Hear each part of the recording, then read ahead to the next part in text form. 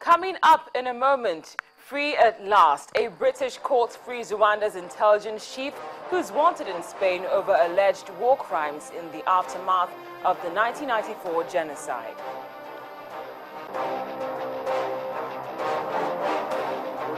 2 months after the Ghana inferno, which left over 150 people dead, another body is found. This comes one day after it was found that a cigarette caused the fire. And later on, despite the dangers of the illegal migration, a total of 1,500 migrants are rescued at sea while attempting to make the cross from Libya to Europe. Broadcasting from Lagos, Nigeria to viewers around the world, Network Africa starts now.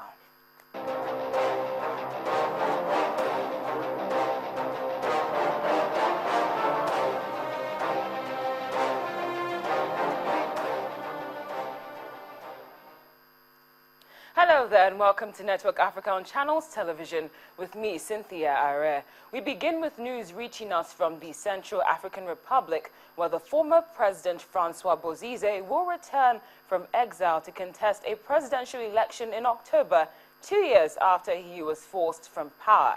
Those aspirations were confirmed by the leader of his Kwanakwa political party.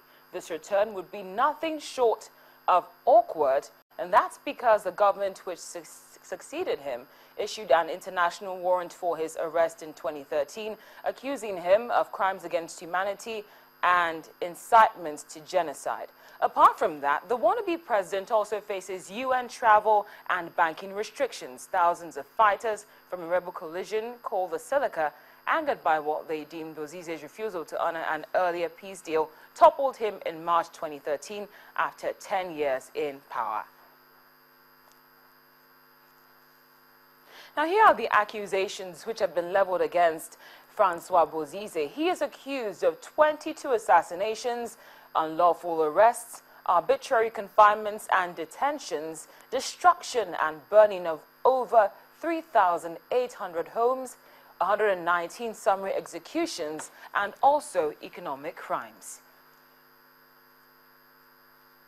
Well, we're joined from the nation's capital by former ICC prosecutor, Mr. Charles Adeogun Phillips. Mr. Adeogun Phillips, thank you very much for joining us on Network Africa. Thank you for having me. It's a pleasure. Now, as a former ICC prosecutor and looking at the charges which have been leveled against Francois Bozize, how realistic is this bid to run for president?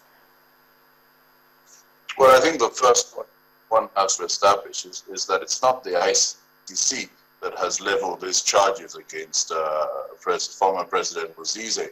It's actually the incumbent or the present government that succeeded him in the Central African Republic that has issued this arrest warrant. It's certainly not an international criminal court indictment or warrant against him.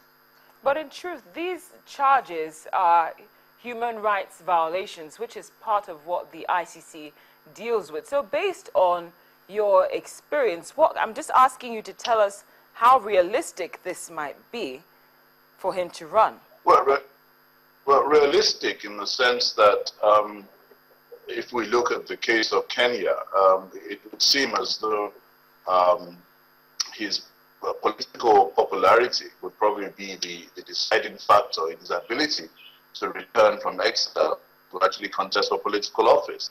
That would be for the local community in the Central African Republic to decide.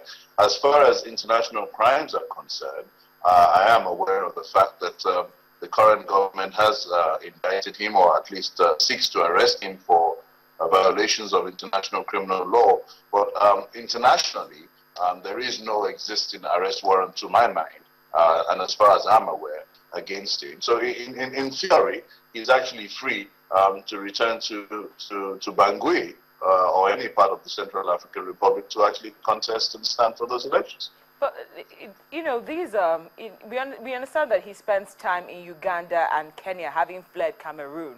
Coming back to run for president from where he was removed, it doesn't really seem to add up. it may not seem to add up to you and I, but the ultimate deciding factor in matters such as this would be his local popularity. If you take the case of the post-election violence in Kenya, for example, you will recall that the now President Kenyatta was indicted before the International Criminal Court. And in the space of time between his indictment, he actually contested another election, won by popular support, and is the current president of the country. So it's really down to local politics, as it were. You know, it's down to the electorate and local politics. Well, I guess we'll just have to wait and see how things play out. Mr. Charles Adeogun Phillips, thank you very much for your time on Network Africa. We appreciate your input. Thank you very much.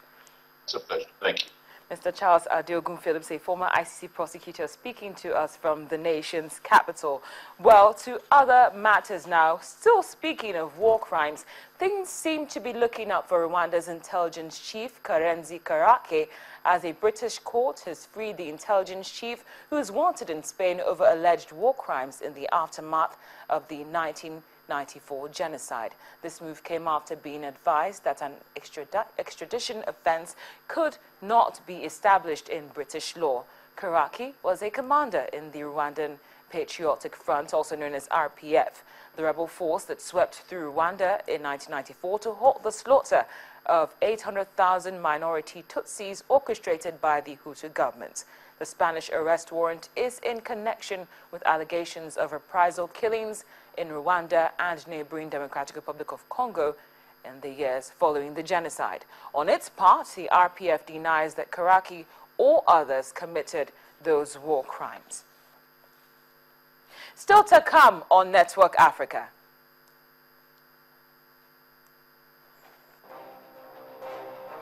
Two months after the Ghana inferno, which left over 150 people dead, another body is found. This comes one day after it was found that a cigarette caused the fire. Details when we return.